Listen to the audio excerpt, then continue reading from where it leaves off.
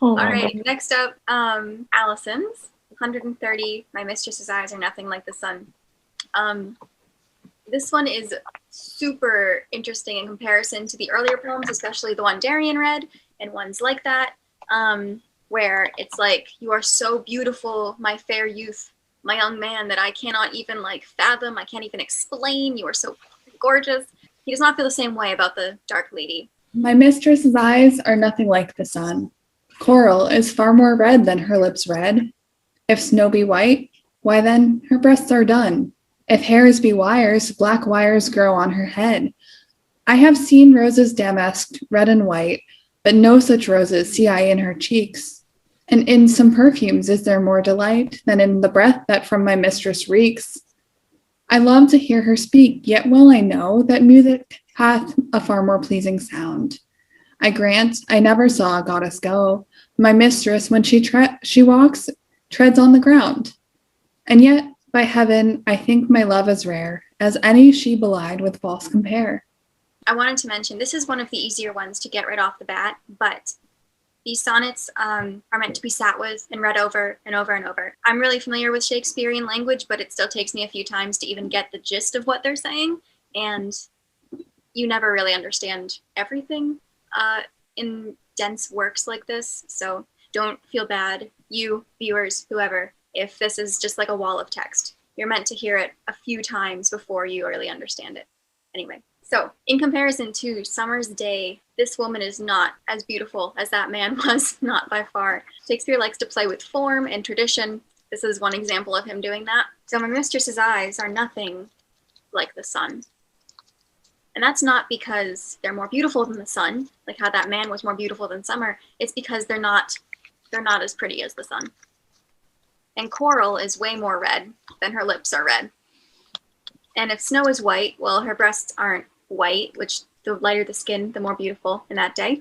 Her breasts are more the color of dun, which is this grayish, brownish color. If hair is wires, well, black wires grow on her head.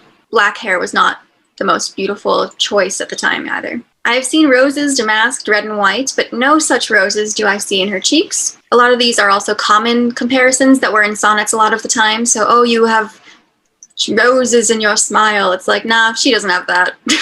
In perfumes, there is more delight than her breath, which reeks. I love to hear her speak, but I gotta admit, music sounds a lot better than her voice. And I've never seen a goddess go. I've never seen a goddess walk around, but my mistress, when she walks, treads on the ground. She doesn't float or fly around like a goddess. She's human. But here we get the volta, the turn, the plot twist in the end. And yet, by heaven, I think my love for her is as rare as any she belied with false compare. So, despite that, despite the fact that she's a human being and her lips are a normal color and whatever, I still love her, and I love her. My love is so rare that it's more powerful and more true than any love that was given to her by these false comparisons. It's like, there's an idea there. I kind of love it, but I also feel like maybe he said some dumb shit to his mistress and she was like, how dare you tell me that I'm not the most beautiful woman around? And he's like, but I still love you and that should count for something. In fact, it's better that I love you if you're ugly. Yeah, you're ugly and I love you anyway. Shouldn't that count for something? Wow. I'm kind of getting from like specifically the last couple lines, I'm wondering if it's more like she was comparing herself to other people first. And then he's like, well, you're not like, a goddess or something, but like, I still love you. So like, you don't need to compare yourself to them. Or like he said some dumb shit and she was like, well, Jared thinks that I'm beautiful. And he was like, I don't care what Jared thinks. Jared's full of shit. Jared's just saying that so he can get with you. I actually love you. Don't listen to him.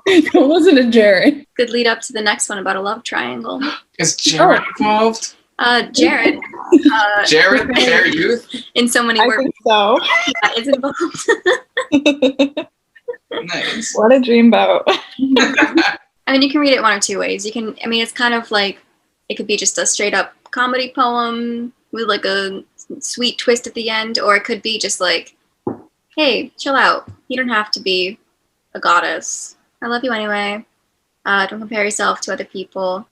Or just like sonnets are stupid and everybody's like writing all these sonnets about angels and like goddesses and it's all fake, but like our love is real. And it can be like about infatuation or like early like new relationship energy versus like long-standing romance. And I think comparing it to his earlier sonnets shows a maturity in the speaker, which I hesitate to say is like Shakespeare as a person, because it could have been like a character, a narrator, a voice that he was putting on to tell this story. But either way, it seems like he grew out of that phase, like using poetry to flatter his loves.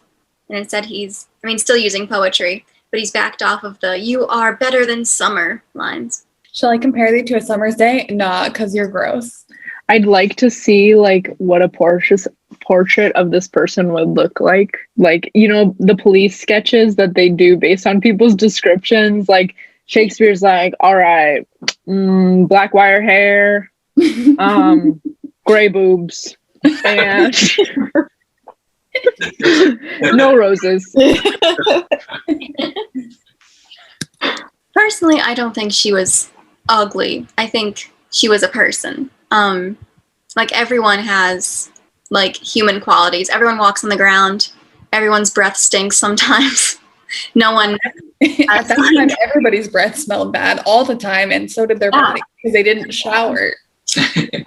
What was dental hygiene like back then? God.